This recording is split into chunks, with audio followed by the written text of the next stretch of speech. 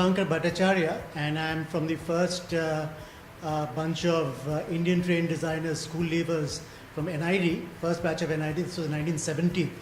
Now, I was there for, in the old days, design, or the concept of design, it wasn't such a specialized business. We always thought that design required you to be well versed in a multidisciplinary format, and one was the initial years.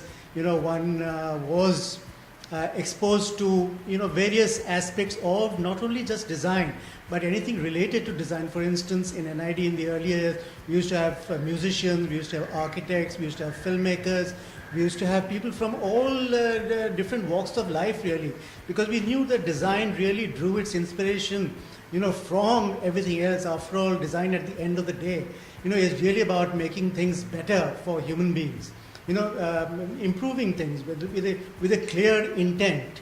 And this intent or this understanding of what quality means cannot come about if you don't know what everybody else in other disciplines are doing. It's in that sense, modern design is a practice of a very old something that human beings have always done, which is really to make their situation better.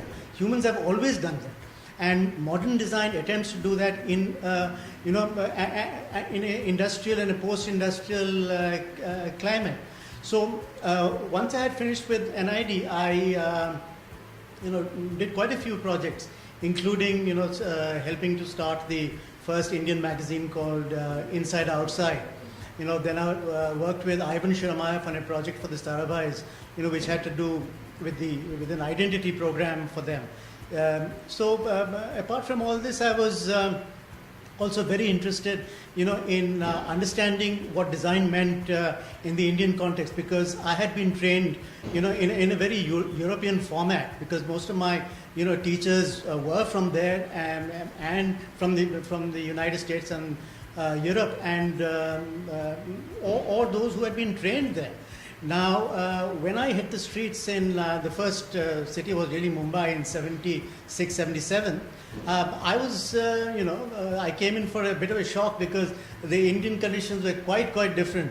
And this led me and another friend of mine to really try and understand what this is all about. So we kind of hitchhiked through most of India, South and Central India for me, over a period of 3 to 4 months.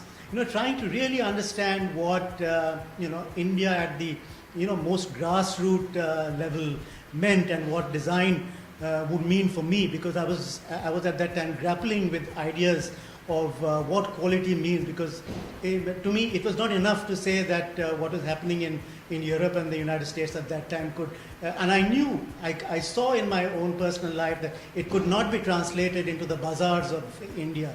The graphics that came from Basel or the constructivist school, just did not fit in with the bazaars of India, which had a completely different ethos. So this led me to a number of projects and a number of lines of inquiry to try and reframe what design could be in the next. Now, this was a long time ago. This was in the late 70s, and much water has passed under the bridge. And I have developed some ideas on this, which I keep putting up on my blog posts, and I keep making presentations to various groups. But in my own personal life, after in the 80s, early 80s, I set up my own firm in Delhi called Images Communications, which I ran for about 25 years, and which really was into communication design for corporations as well as exhibitions. We used to do a lot of exhibitions. Now, along with this, I have been involved with design education at various institutions, from when I got to my early 40s, I'd say, late 30s maybe, or early 40s, which is roughly around, in the second half of the 80s, maybe. Yeah, or a little later than that, actually. Now, maybe the 90s, maybe sometimes in the 90s. Yeah. So this led me to, first workshops, really, to, because the understanding of design was pretty low in the environment. So I used to do a lot of workshops, not just in institutions, but also with corporations. And there came a time when design thinking started to gain a certain amount of respect, not so much in India but around the world. And those people who were beginning to travel, this was in the mid-90s, India was opening up and people were traveling all over the world. They came back and they were looking at what was happening to graduates from Stanford University, where they had the D school, and anybody who enrolled into Stanford automatically enrolled into the D school. And so there was a certain understanding of what design thinking. Now this design thinking became a term, and even in India you started to find people from management and engineering who wanted to understand what design was. This was great for us because it gave people like me an opportunity to do the evangelical thing and try and spread what design was, and also to improve my own understanding of what design meant from a multidisciplinary point of view. This was the time I was becoming much more multidisciplinary, in the sense not just in the fields of what design was, like product design, textile design, furniture design, graphic design at all, but also in truly multidisciplinary, in the sense I was working with people from engineering, people from management, people from sociology, people from the arts, and I was beginning to try and find for myself a way of using design truly as a way to make things better in a larger socio-cultural context, or in the larger community. So this at one point, I shut down my office in Delhi, which was maybe early first decade, or maybe 2014 or 2013, somewhere around. And I got into education a great deal more. So I have been visiting professor at various institutions, design institutions as well as non-design institutions for the workshops. I was also a professor at MIT Institute of Design, where I helped set up the curriculum for graphic design as well as film and video. Here in Ajinkya D.Y. Patil University, I have been here before it became a university.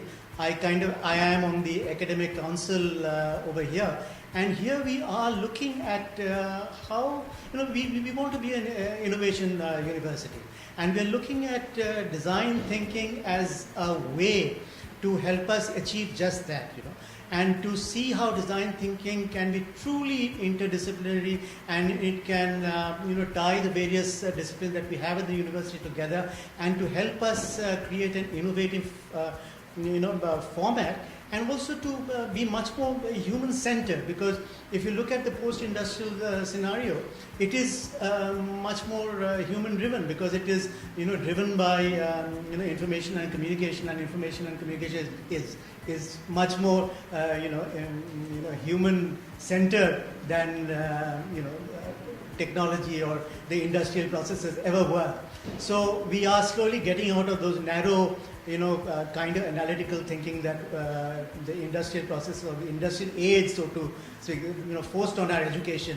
And I think Ajinkya D.Y. Patil University is one of the few universities in India which is making a conscious effort, to find a new path, new human-centered path, which is much more socially responsible, whereas students will be much more holistic and would look at life and look at the future with a much more clear, much more open and much more thinking kind of a mind, instead of being the rote, instead of the rote methods that was used earlier. Opens our minds.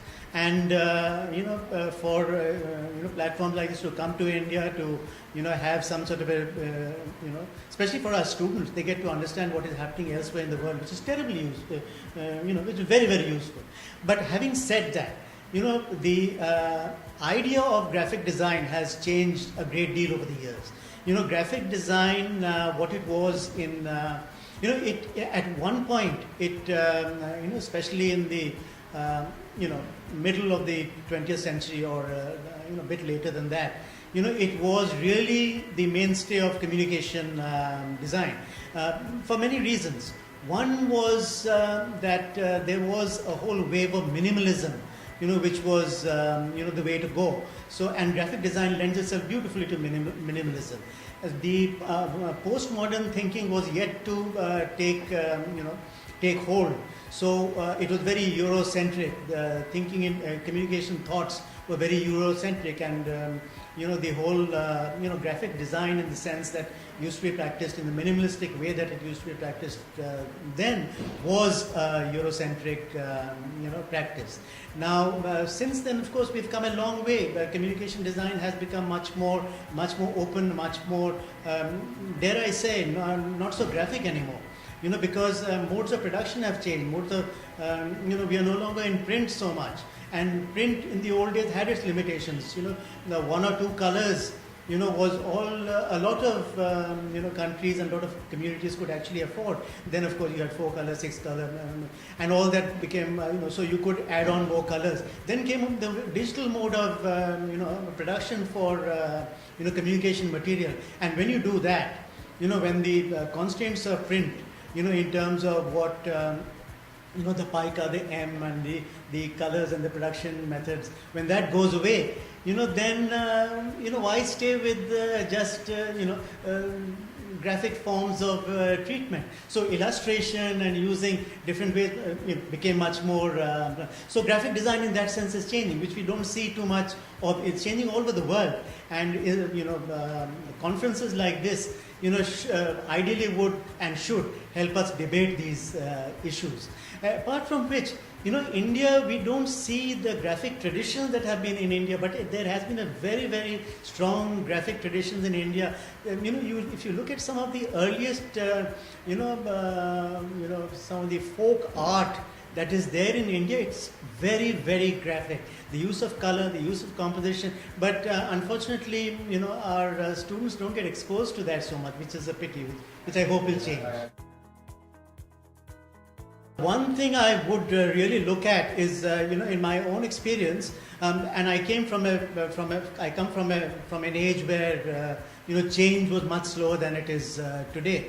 But many of my colleagues really got wiped out when things became digital, because those of us who really thrived were the ones who were much more multidisciplinary, who were not into just looking at what one does in terms of skills, but in terms of thinking, in terms of thought, in terms of that is really what wins at the end of the day, and which never really becomes dated. And I fear that the way education or design education in India is being taught in most of the schools is very, very skill oriented. And there is a requirement from the industry which requires the skill oriented, because you need them to be industry ready. But I ask you, what is going to happen in 10 years' time? Everything changes, and these skills, will become redundant in 10 years' time, and then it will be a huge loss. If youngsters who turn, who are in their 30s at that time, really don't know what to do next. And if they need to then, retire from the field of design because they haven't developed ways of thinking about design, beyond the skills which ask them to deliver, what clients need. Because what clients need, frankly, most clients don't know. And in my lifetime, I have seen that design really starts with dialogue.